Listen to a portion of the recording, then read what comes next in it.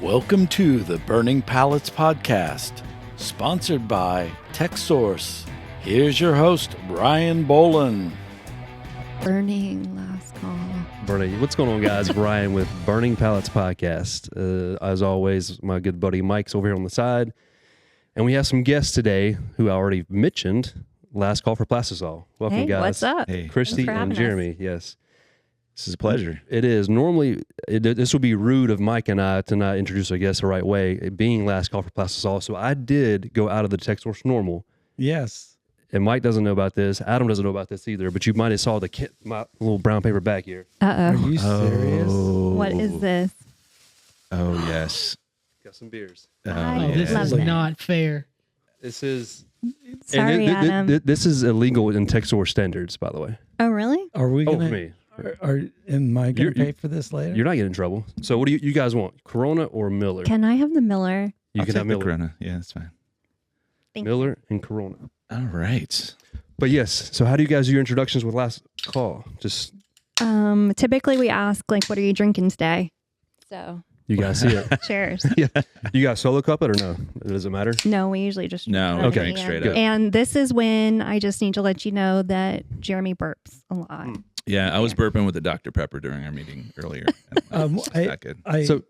So yeah. I just full disclosure for anybody out there.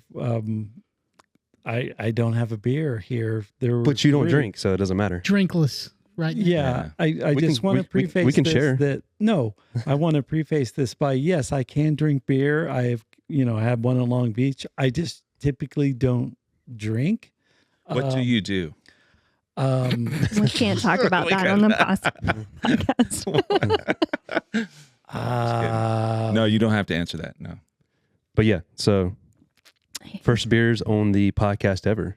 Yes. Is that Yeah. for real? It is. we were? Well, we do were- these during the day, so I mean we can't really drink at Texsource. Yeah. As far as you know, it's 5 o'clock somewhere. Oh, true. That is Well, true. I have a story. We have a kegerator at our shop, Rock Hill Screen Printing, and the other day the power went out, and it was about 35 minutes into the power being out, and I was like, oh, I guess we're gonna have to drink a beer. All Nothing right. else So to do. let's get your guys' thoughts on that. Like, so, as a non-beer serving entity, we're not allowed to sell it, right? And we're not allowed to serve it. Correct. Mm-hmm. But we have it. We have literally a kegerator at our shop In the that says showroom. the beer's on me, and customers come in to drink. Yeah, I mean, sometimes it boosts some of the morale and that just invites people to come in. But Yeah. I think that's Like- that's genius level screen printing Yeah. salesmanship. So it's really our new showroom, which we have to have both of you guys down to our new showroom. Yeah. It's very I like to have a level of hospitality there where you're Yeah. coming to hang with your buds when you come to order shirts. So we have snacks, we've got coffee, we've got the dogs, the puppies, Yeah. and we've got now a kegerator. So people just sit on the futon and drink beer, and then we sell them things. that's the way to go. Yeah. I imagine that their size of their order gets It does. Yeah. larger as the beer flows. I would think that What's in the keg? Currently, we have Slow Play. They're one of our Smooth clients call too. from Slow Play, yeah. Yeah. so is good call. that like a local brew? Mhm. It is. That's yeah, awesome. it's a local brewery. So you're not only it's craft beer. yeah. Correct. craft Yes. Mike loves the craft brewery. He loves the breweries types of deals because Yeah, that's who you would that's- print for. I mean, everybody loves Yeah. brewery T-shirts. Well, let's sure. talk about this for a second. So, what do all the breweries have in common if you start to think about like the local breweries? One of them is obviously they all sell beer, Mhm. right? But they also are some form of collaboration is always happening Yes. between them, Yeah. right? Like you'll see this, tag team champions beer at Slow Play, but that's Slow Play's beer is that tag team champions beer is actually them and 2 other breweries Yeah, that will brew it together as a collaboration, right? Yeah. Yeah, and that in screen printers, they don't hate each other. Exactly. That's the whole Yeah. point I'm making in this Yeah. is that we're all making T-shirts. Yeah. Why isn't it? why isn't that emphasis made more on that, And I was trying to figure out how to do that years ago. It's like, what is it, a chamber of commerce of screen printers who just get together and talk? Or is it, is what does that end up being? And just like the mixers at the trade shows. I mean, Yeah. all the vendors go, the one main vendor host, everybody goes to it. We see each other there. Everyone sees each other. So it's all a big mixture of people who enjoy each other, just like each screen printer, like how you guys met, which we'll get into. Yeah. And it all works for everybody in screen printing. I mean, yeah, it's interesting that you can, I don't know how you would do a collaboration with another screen printing shop, maybe, but I think we're probably the closest to that. Yeah. Just being down the road from each other. Yeah, but just to be able to be friends, hey, I ran out of ink, hey, my dryer's broke, that kind of stuff. Yeah. We've got some of those people who call into us. I mean, that we can't get them something immediately, so they'll go to a neighboring shop. I mean, that's happened. Yeah. I've given, somebody called and said, hey, I need some white. And so I gave him a sample that Dwayne gave us for free. Okay. I hadn't Thanks. tried it, It's their favorite ink now. No. But yeah, I've always been, you're going to help a local shop. There's a community there. And if you have a job, the last shop I ran was an auto shop. So if it was 4 dozen and under, we didn't have DTF back then we would send them to a smaller shop that would handle their, and they would do the same if they got a hold of a big fish and we would print it for them. So there's a lot of that community sharing, but the breweries, I focused on those guys because craft beer is cool. Their t-shirts are cool. And if someone's drinking craft beer, they have disposable income For sure. and they've got enough to buy t-shirts. So those guys sold a lot of shirts. Yeah. And so I just started knocking every brewery out.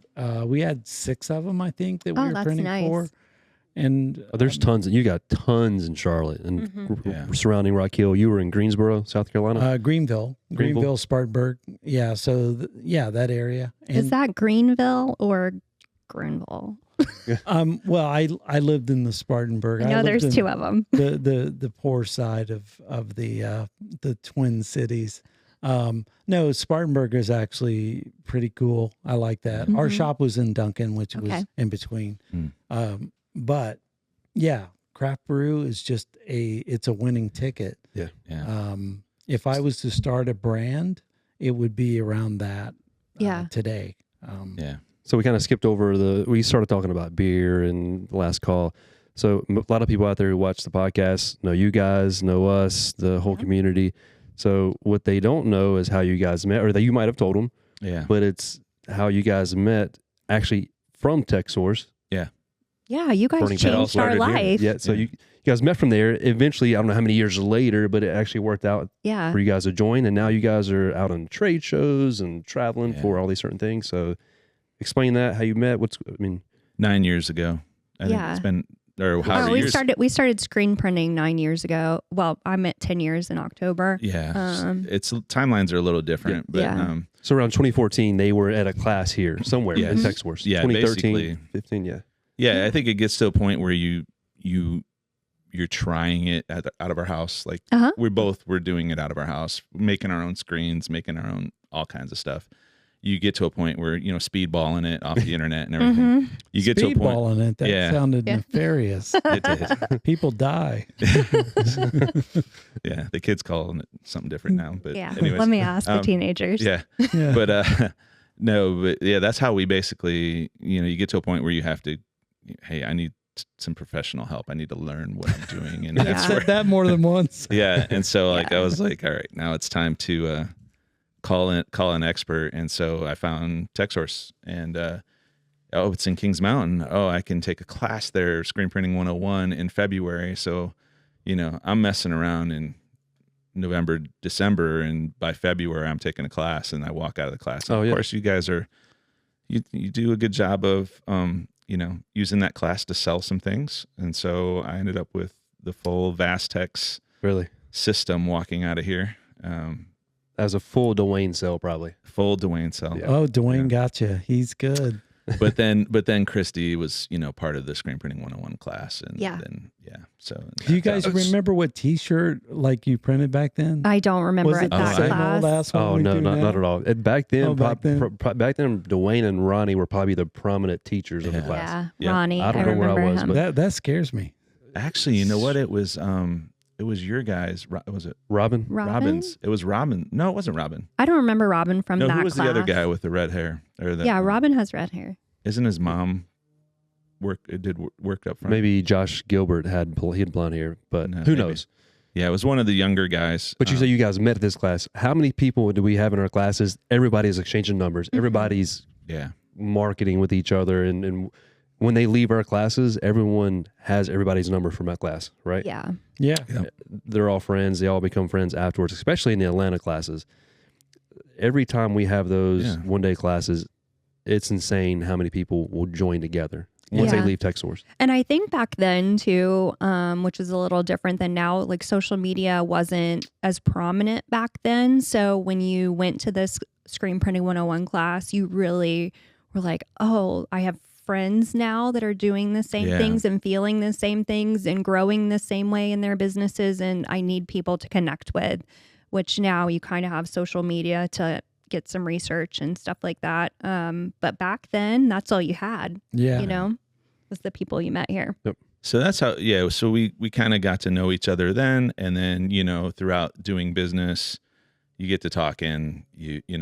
She got very prominent on social media. I know that I was following her in that, and I would say, hey, do you guys got this yet? Do you guys got that yet? Because I was getting things.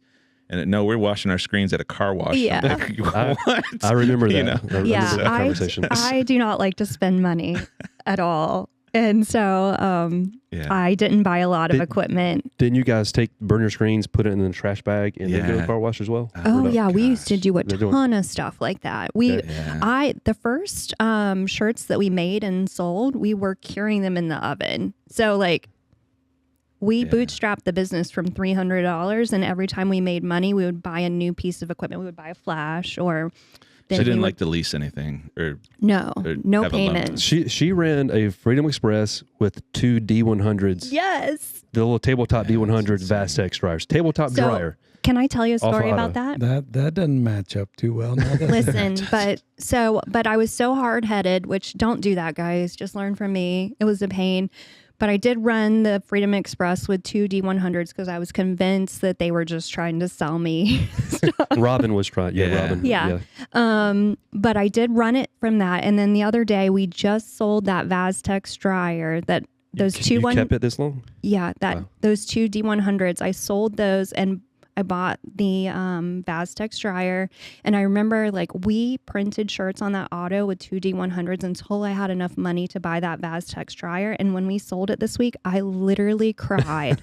Yeah. And everybody was like, Christy, what is the matter with you? And I go, we worked so hard to buy this Yeah. Vastex dryer, with Yeah. cash, Yeah. really.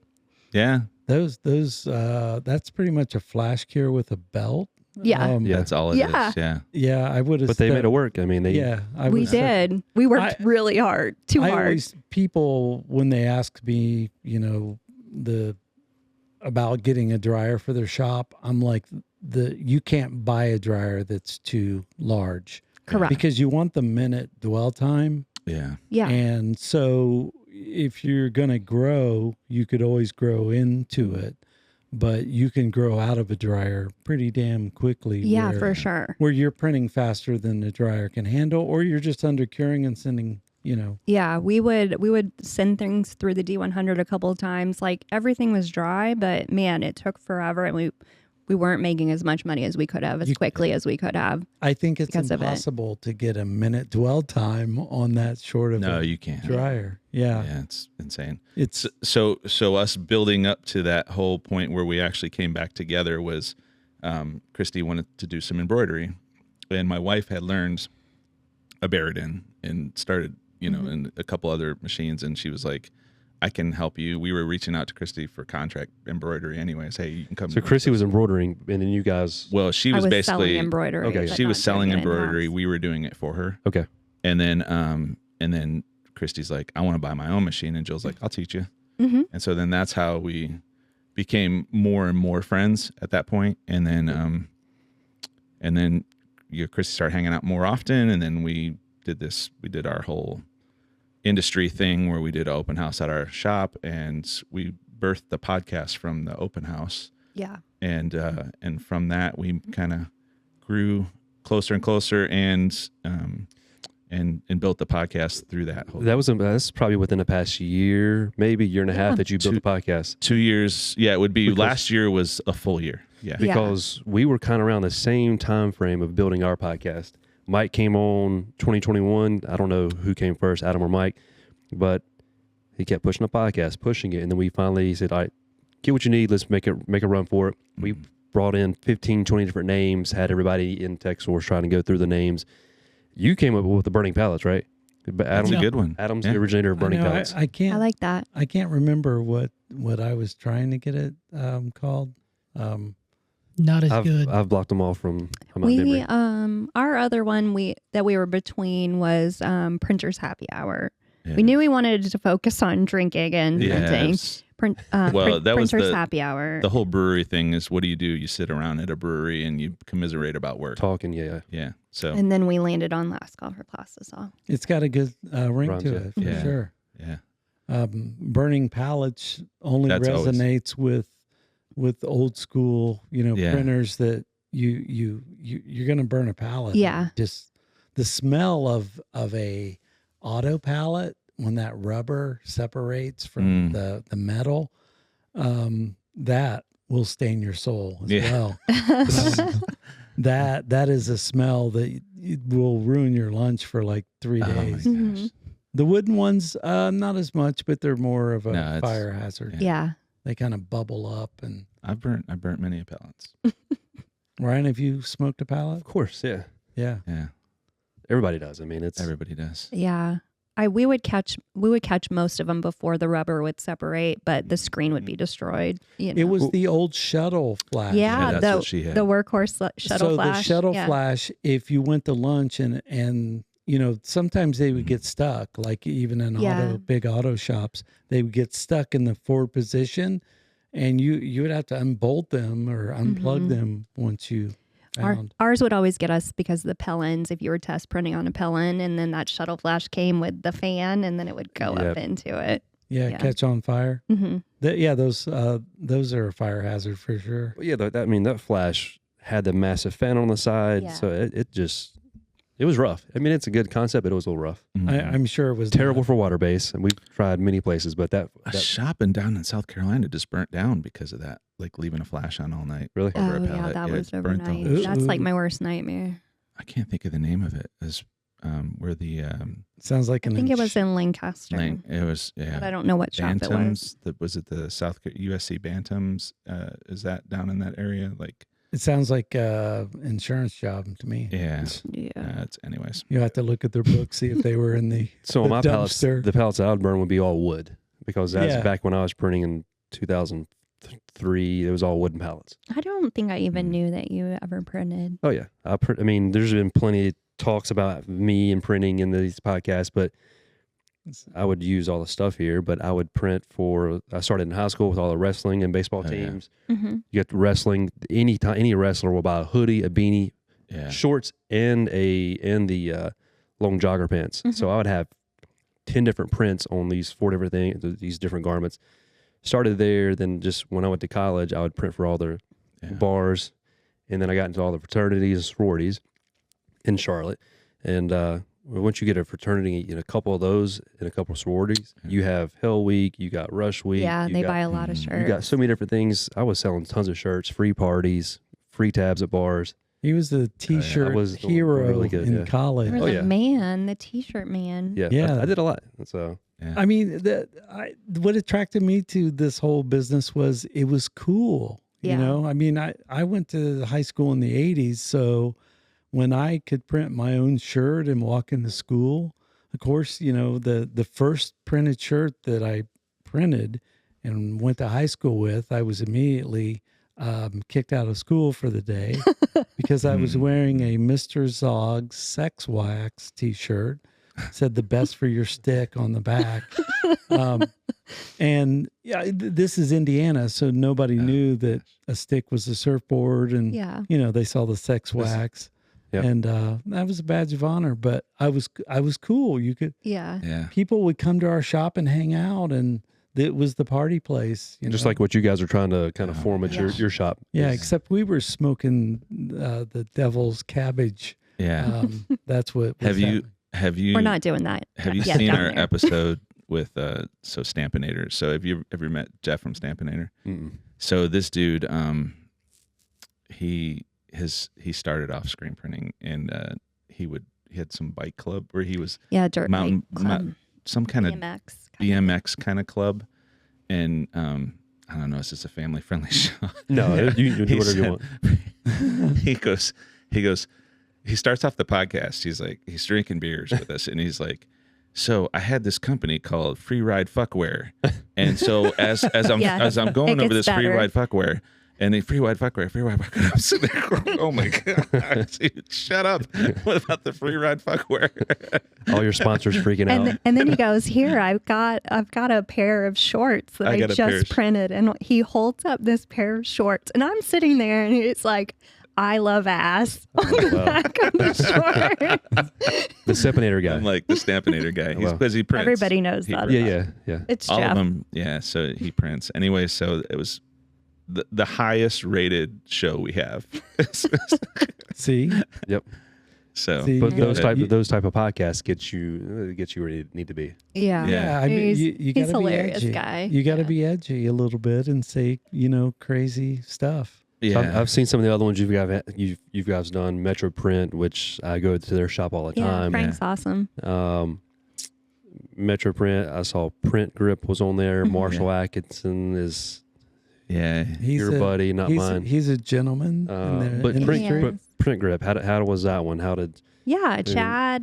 Did we have Chad or did we have Ben? We're friends with both of them. I think we had Chad on. It was Chad at the trade show. You did it there. Yeah. Yeah. So one of the things, and you like gosh, the you know Print what? Grip. I'm telling you, going to the trade shows is amazing because you see new products coming out. This was actually Chad's first time ever at a trade show is when we met him, and I walked up to the actual booth he was in, and I wanted to talk to the guy next to him, but I also wanted to get a sample of the Print Grip. Yeah, because I had seen the Print Grip at Perrin Sportswear, right? And I came back and I was like, you got to check this out. And I wanted to meet the guy who runs the big shop out in LA. And now I'm terrible with Liquid Graphics. So the Liquid Graphics guy. So I was like, hey man, I just wanted to say hi and meet you. I'm Jeremy. And he goes, oh, I know who you are, Jeremy from last call. I was like, oh wow, this guy knows who I am. And then the other guy at the table goes, I know who you are too. And it was Ben. Mm-hmm. And I was like, I love AIM Supply. And I was like, how do anybody know who I am? Like, it's crazy. Like you're famous in California. I guess so. And but the crazy thing is that Ben was like, we need to talk. And I'm like, yeah, I want to get a sample. And then I just sat there and talked to him. And within and then I was smoking cigarettes with him that night. Like 30 minutes where he's on the show and she's smoking. No, not unless I drink. Oh, Lord. So yeah, we got crazy. We're going to be breaking 2 rules now, right? Yeah. But yeah, so it was, but that's how we kind of met him. But what I really enjoyed with him and like Jeff from Stampinator is that these guys are industry guys who are actually printing.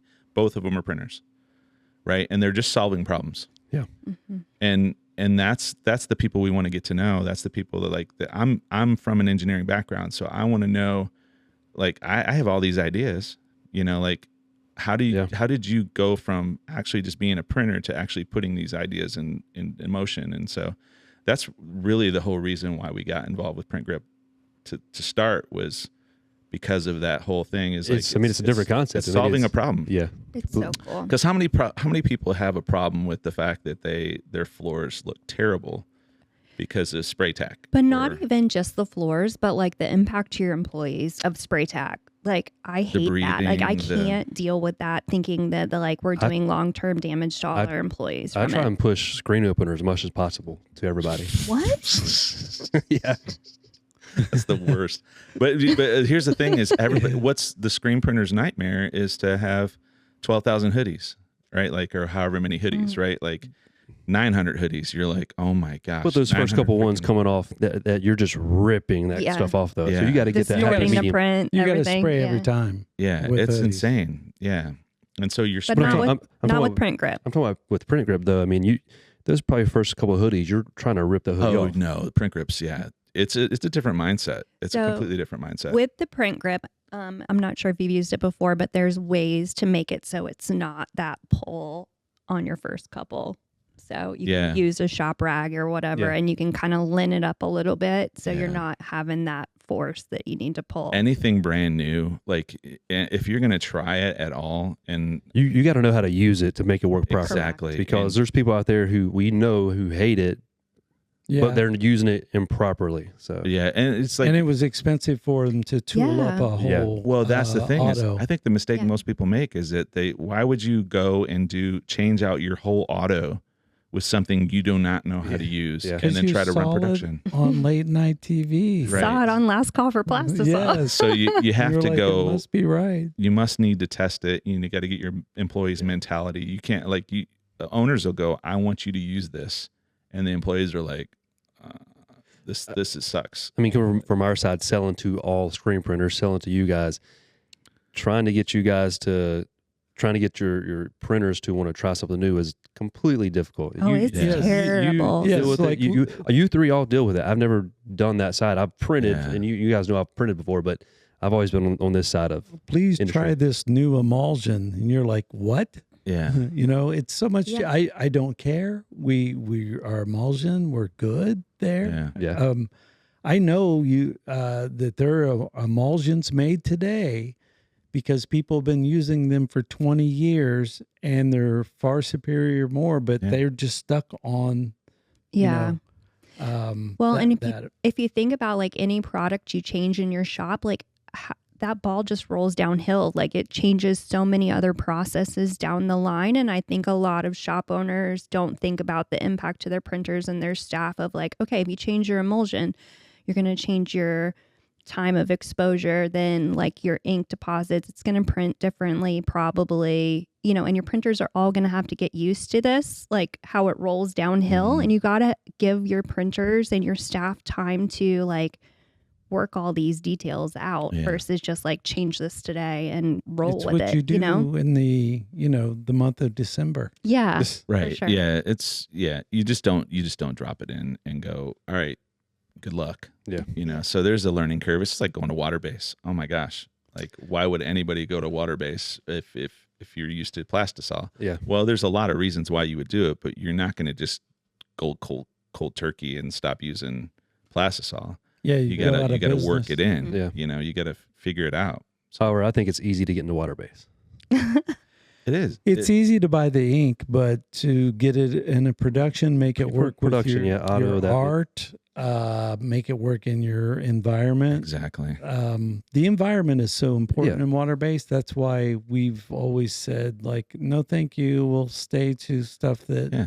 won't dry on my screen. But I think if people would put forth a little bit of effort, and you could easily dive into water base. There's no. Yeah. But here's the thing: the market's going to tell you Yeah, that you have to get into water base. Yeah. So when Fanatics and Nike came a call into our shop and said, "We want you to print for us, but it's got to be water base," it was a hard no. No, we're not Yeah. doing that, because I knew that meant we were going to have to put water spritzers in the building to keep the humidity. Just when they did the Adidas plant alone, it was hundreds of thousands of dollars for a big shop. But the market itself is going to force you, much like this is my transition Well, Are we gonna into say it? into DTF, right? I can tell you that what environment's not good right now is up here because the AC's not running. and Oh, it's- yes, it's, Oh, it's, it's a little yeah. uncomfortable. it's a little stuffy. We So it's not the right environment for me right now. I'm used to actually being in a shop, so this doesn't bother True. me. It's like take a that fridge up here to this Yeah. to Jeremy. You're It's just a like- cushy yes. owner. Yeah. right here, this nice little spot. It's with the AC pumping. AC's Yeah. just, but not today. Right in your face. Yeah. Yeah. But I- I always think the market really forces you to do certain things, whether it's get into different things, whether you start doing hats and leather patch hats, and you're looking out there at what your customers are buying that you're not selling that you could do. Which is why they had Max at their shop with Avient. Would you guys wanted to work on puff, that sort of thing? And Max with the Avient came in. Speaking of puff. Puff is trending. So what did Maximus tell you? Because I worked on a probably 6-month project on puff in my Adidas days in the R&D department. So what'd you guys settle on? I want to see if it... Okay. So what we did is we did what we probably preach not to do, which is jump into something that we don't know anything about and just automatically do it. But so we took on a job to do some different puff that honestly, like there was two levels of puff going on. Two levels of puff. It was different colors. By design? Yeah, it was by design, 2 levels, and we were like, it was "Oh a yeah, we difficult can totally do it." Yeah. And we So were one puff stacked on another puff, or one just puff was different, raised differently than the other puff. Right. So I'm like, "How did you accomplish this?" "Oh, we mixed this in, we did this, we did that," and I'm like, "Why did we take this job?" Because it just became a nightmare to actually try to figure out what they probably took them weeks to figure out, but maybe it didn't. Maybe they just got lucky. I don't know. Yeah. So that was a hard thing for us to do. And I was like, once we got done with that job, I'm like, well, if we're going to take any more puff, we need to really know what we're doing. Yeah. And me as the sales team, I know that puff is trending. Like if you look online, a lot of the retail looks right now have puff components in it. And so us just not offering puff isn't an option. Right. With the market.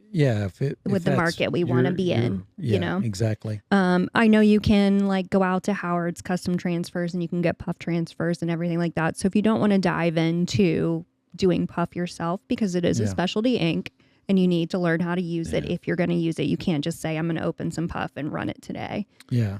So there are other ways to do puff jobs, but for us, I want to consistently offer puff because we do Winthrop University. We do a lot of things where people want what's trending, and puff is trending. So what Max told us, I answer your question. Yeah. We were doing it wrong in that we were adding a puff additive. Yes.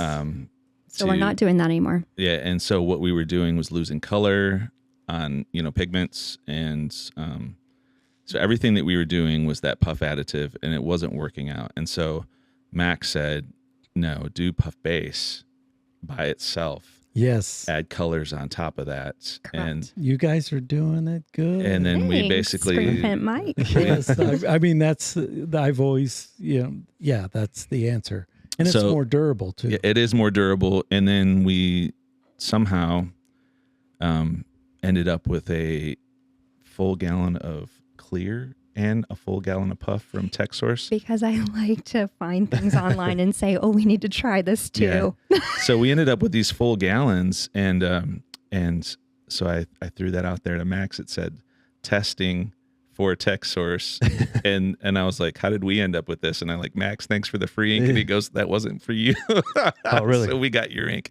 So was that yours? We took your ink. Was for him. That's for my puff base. You took my puff base. I got shipped to us from Texsource as samples from Max. Oh Lord, it's all coming together now. So you requested some too, or what? Yeah. Yes, because of you wanting to show people the right way. Because what happens is people throw puff additive in, they read the percentage and they put way too much, they overcook it, and it falls apart in the wash, and you lose color because of what I've labeled the bakes brownies, the brownie batter theory. Right. Meaning your brownie batter is always darker than the brownies because for sure the blowing agents, right? Right.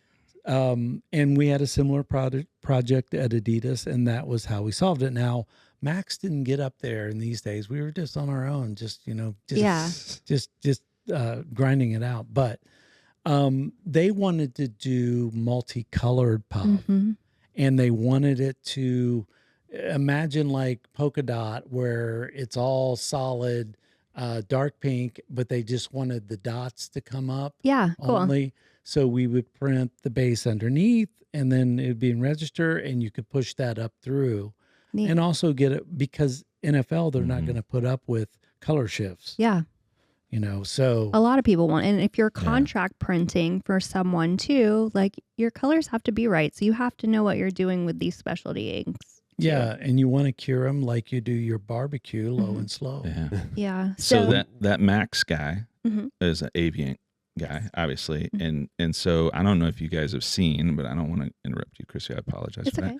that. But so another avian guy, I think it's a traveling screen printer guy. John. Yeah, he's an avian guy too, right? Yes. And that's where I get all my wild ideas Right. of like, He's- we need to try this. I don't know if you've seen this, but he's taking like diamond tread that he's buying from Home Depot and stick it in on the pallet, and then doing basically the shirt over the diamond tread, and then screen printing puff. Mm-hmm. And the puff is taking on the attributes of the diamond tread plate Yeah. underneath The texture of it. the texture of it. He's doing, and he's trying different textures for all this stuff. So it was creating these crazy unique looks, just based on the actual Yeah, and that sounds more.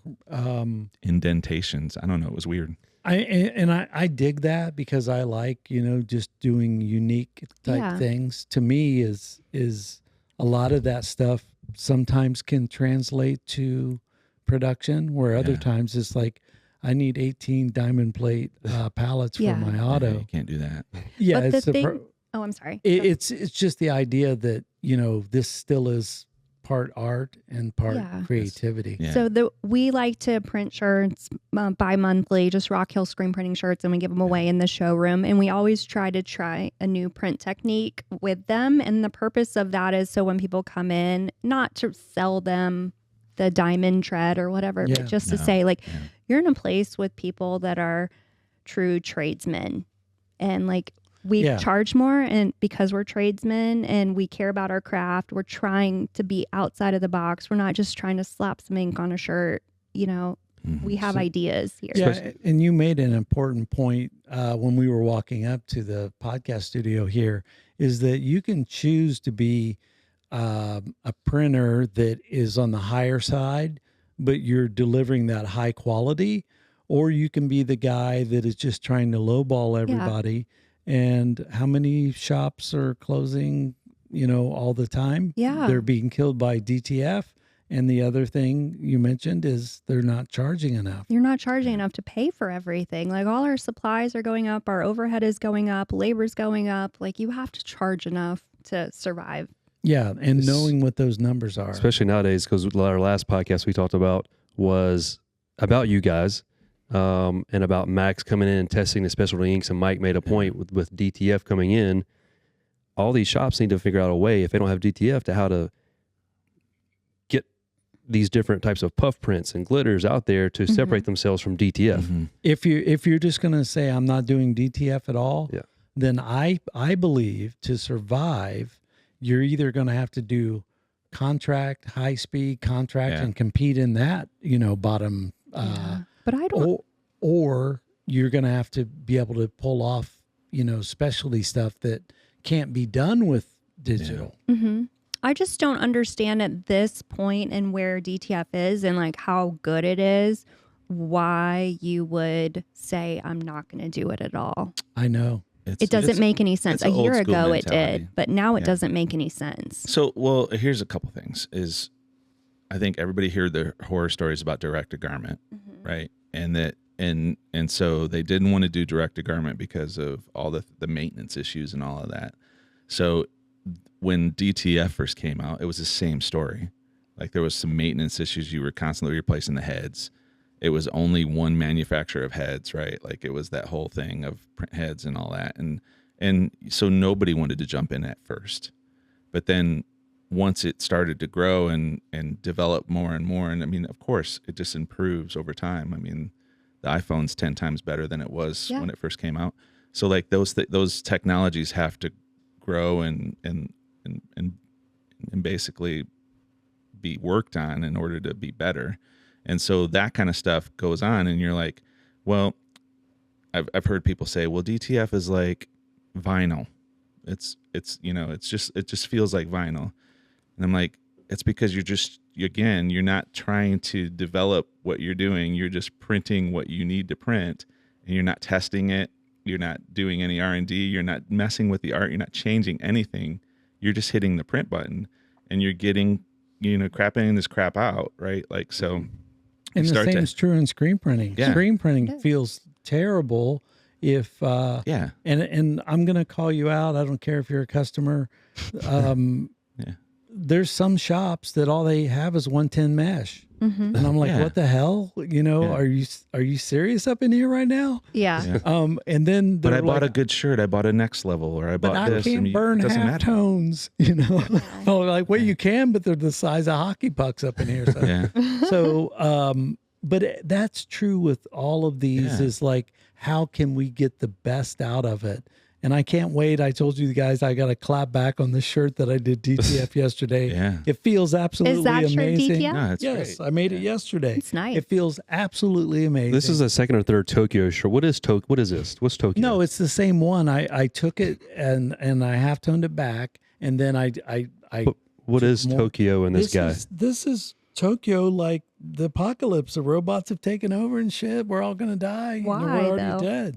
Why? Well, why? It looks like a really cool concert to me, honestly. I'm doing a whole series. I already have Paris and Tokyo. Okay. But it's when the robots are the only thing surviving after we blow ourselves up in a nuclear holocaust, right? Did you use AI to create the artwork?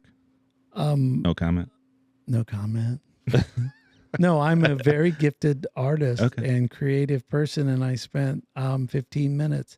No, here's the truth about that is AI, the cat's out of the bag. That's another thing that people are like, oh, that's AI, it's garbage. Yeah. And I get it.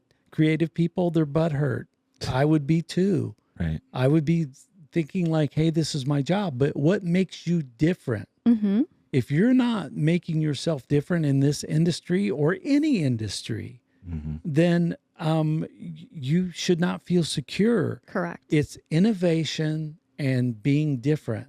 And so everybody in the world can go make their Tokyo shirt with the robot, and you're going to get something. But how do I get that to the press? Yeah. And what steps do I take to be better than everybody else? Because I guarantee you that this has been developed, and I could even do more to this on perfecting it to be the best that it can be. Yeah. And that's why it's important what you're doing and having people in the industry to basically be willing to actually do the R&D and make the changes necessary to make something better than it already is. And that whole artwork side of things is the trick, right? It has a lot to do with how the overall feel and the final product comes out. Yes, for sure. And that's the Achilles heel that a lot of people getting in this business have, is not understanding. And that's why, I'm not creative. I'm really not. Compared to people that are just natural creatives, like they can draw something and you're like, dude, that's cool. And it's nothing to them. They have that gift. Where I'm an expert at is, how do I translate this to the press? And that's what you see. And we give that shit for free on our channel. Yeah. Yeah. Like and subscribe. You've got so many videos out there with the amount of artwork that you do and the knowledge you have with DTF and artwork and the CAD-Link software. And you showed me some of that, how insane that is when it translates to DTF. The percentages of white that you're putting down is a game changer on all that. And that's why we went that route. And we tested all these with Badger. I mean, we tested all these different things with Badger, how you do the 60%, 80% white. And when we went to Badger, they had screen printed transfers where our 60% white was brighter than what they had. Oh, wow. And then they tested it through they beat the hell out of it. The wash in their machine with the ball bearings and the and the I don't know what they have in there. Sure. It was like over 50 washes with those ball bearings, and it held up perfectly. Yeah. And that's if you do it right, where other people, and I get it, crafters convert a machine over, and that's all cool. But there's a big leap from I'm a hobbyist and I'm a serious business person. Yeah. And that is your business scalable, right? Yeah, and I think there's also the whole side of the analog people that just love screen printing, and they're like I'm just never going to get away from screen printing, and screen printing is going to last forever, and I don't doubt that one bit. I think that it's gonna reach a point in the industry where you're gonna have all this new stuff, and then there's gonna be this nostalgia. It'll even out. It'll even out, and there'll be this nostalgia approach to it, and it'll go back to, hey, the old school screen printing is cool again, kind of thing, and so I don't think it's going to go away. Currently, Mike's getting beat up by everybody here at Texsource. I want this logo, and I've even came to him as well, and he put something out in 5 minutes. It's crazy. I like doing it because what I've done is seed all these people, like Jessie up front. She doesn't know that I skipped out on some of the I want to see if this wash test make me some work shirts. So I'm like, okay, this one didn't get post press. This one did. This has got my new secret post press thing on there. So I was going to mention that a while ago, but never mind. Yeah. So if that shirt right there was full color, I know there's a lot of black and white in it, but if it was full color, if it had the entire city lit up and all the different lights and everything, right? People would say, oh, that's simulated process. And they would be okay with it being halftone. Yes. Right. And so, and everybody wants to do simulated process eventually when they're screen printing, because they can get so many more colors out of less screens and all of that. Right. And so it becomes acceptable to have a halftone image of a simulated process shirt and go, well, it doesn't look that way if you step 5 feet away from it. Well, guess what? You can accomplish the same exact effect and have the ultimate feel by halftoning a DTF print shirt in way less time, and only do one instead of burning 12 screens or whatever it is you're doing in simulated process. It's going to kill that side of the business on the low end. If I've got to make 1,200 of these, I'm going to go the screen printed route, or and that's we've been talking this is quantities. What I see is I call it the big pinch. DTF is pinching from the bottom. Mm-hmm. If you start a manual shop now, you need to have DTF in the mix of things. Yes. Maybe you're not going to use it for anything, or you just will not survive. On the top end, that's where the Polaris and the digital squeegees of the world are pinching down from the top. And so doing color work and having a staff artist that can magically, and just, this is really, really to separate, 9 colors out. And I'm not talking about Ultraceps, click the button and it looks pretty good. Yeah. When you're printing for the high-end brands, they want someone that knows how to do it manually, that can tweak the fine stuff so you can have the top stuff. Those are going to be killed by the digital squeegee. So you have to figure, where am I going to fit in? Yeah. And wherever you fit in, be an expert. Yes. If you're not an expert in your field, then you're doomed. Even in the nostalgic way, there's always going to be people like, hey, I like doing it. I like throwing a shirt down, cutting out a stencil, spraying Jesus stencil on there, and make the Jesus T-shirt, right? Or whatever I'm doing, because it's still art. It's art, yeah. Right. But I'm just being crafty at that point. Yeah. That's not a business model. So the way we got into DTF, or like bringing it more into Rock Hill screen printing and even in Snatch and Run, was it's better customer service to offer a DTF option instead of just saying, here's our minimum. Yeah. If you're doing 4 colors, you need to order 50 shirts. Like you can still service your customers and provide good customer service with DTF. It's just customer education. And they don't even care. They don't care. They don't. Poncho, it was Poncho that used to teach the Corel classes here long before I met him at Long Beach. Had heard stories about Poncho. This guy had a screen printing business, turned to DTF, perfected it, and then sold all of his screen printing equipment and didn't even tell his customers. Yeah, a lot of people are doing that. They didn't. Yeah. And I was like, dude, and you got away with that? And he was like, yeah, nobody ever batted an eye. I'm Yeah. like, I don't know, man. He was this guy who was always massive screen printing. He would never venture out. He was so smart with just kind of like you are with artwork separations, all that stuff. And he would come in and teach our Corel Draw courses, 4-color process classes. Yeah. And like you said, as soon as he got into it, he switched it over and no one batted an eye. He was good. So DTF came in at the right time. They came in during COVID where everybody had to adapt, right? Like I think that's what the mindset switched for screen printers especially was you got to adapt in what you're doing in order to make it and survive. And DTF came in. I remember the Long Beach show happened or was right. It had just happened the year after. It was like they were trying to get people back there and like M&R decided not to go and all these different companies decided not to go at the last minute. And the only people that were there were DTF. And it was like, well, if you're going to go, this is what you're going to get. And I remember Marcotte walking around and just interviewing all the DTF people. And I was like, man, I just hear nightmares about that stuff. But again, it was like that mindset was already there with the screen printers. They're like, hey, we're adapting.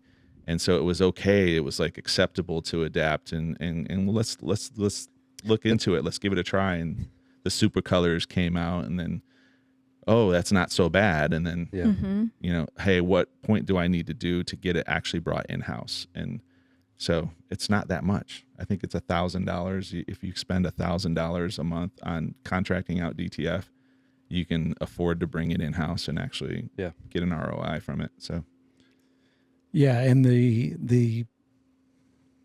I see the digital banner business. It's a race for the bottom for selling them on a national level because the big boys are always going to swoop in and drive the prices down. But the local level, at least the shops I've been in doing DTF, their number one customers are other local screen printers. Yeah. They're like, yeah, I can do that 8-color job where, you know, that maybe they have an 8-color press, but you know, I got to flash stuff, you know, it really severely. That's my 2 rules. You can never have a dryer that's too long and you can never have too many heads on your auto. Yeah.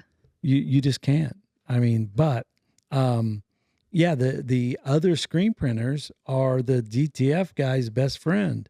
Because they come in and say like, hey, now I can do this job. And they just DTF it. And once again, if you're going to do this, do it right. And that's why, you know, I'm making videos and showing people like, hey, this is how I'm halftoning. Because I do it differently than what other people do. Mine's better. No, but I'm challenging. You're pushing the edge. Christy does all the sales. So, I mean, I don't know how much you care about all that, but I'd leave it all to Mike on that side. Yes. Yeah. I care about sales because Christy is. But if we do get cut off, we really appreciate Christy and Jeremy be on the podcast. Thanks for having us, guys. Last Call for Plastisol and Burning Pallets were together. We're going to do a lot more of these. Come to your shop. Yeah. You come here. That'd be great. You'll see Mike in Vegas. You'll see Mike in these different shows. I'm going to Vegas. You saw it. We're going to get a tattoo, Mike. Yep. What? I am. I don't know about that. Mike's going to be wearing a Ryan t-shirt. Screen printing tattoos. Am I going to get the printer die tattoo? We can do that one. We can do a squeegee. Just not a spatula on your neck. A squeegee with airborne wings, perhaps. Yeah.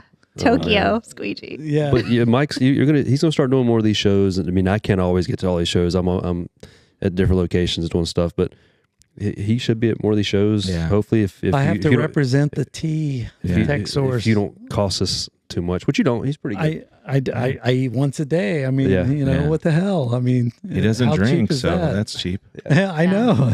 If I go, it's a different story. Yeah.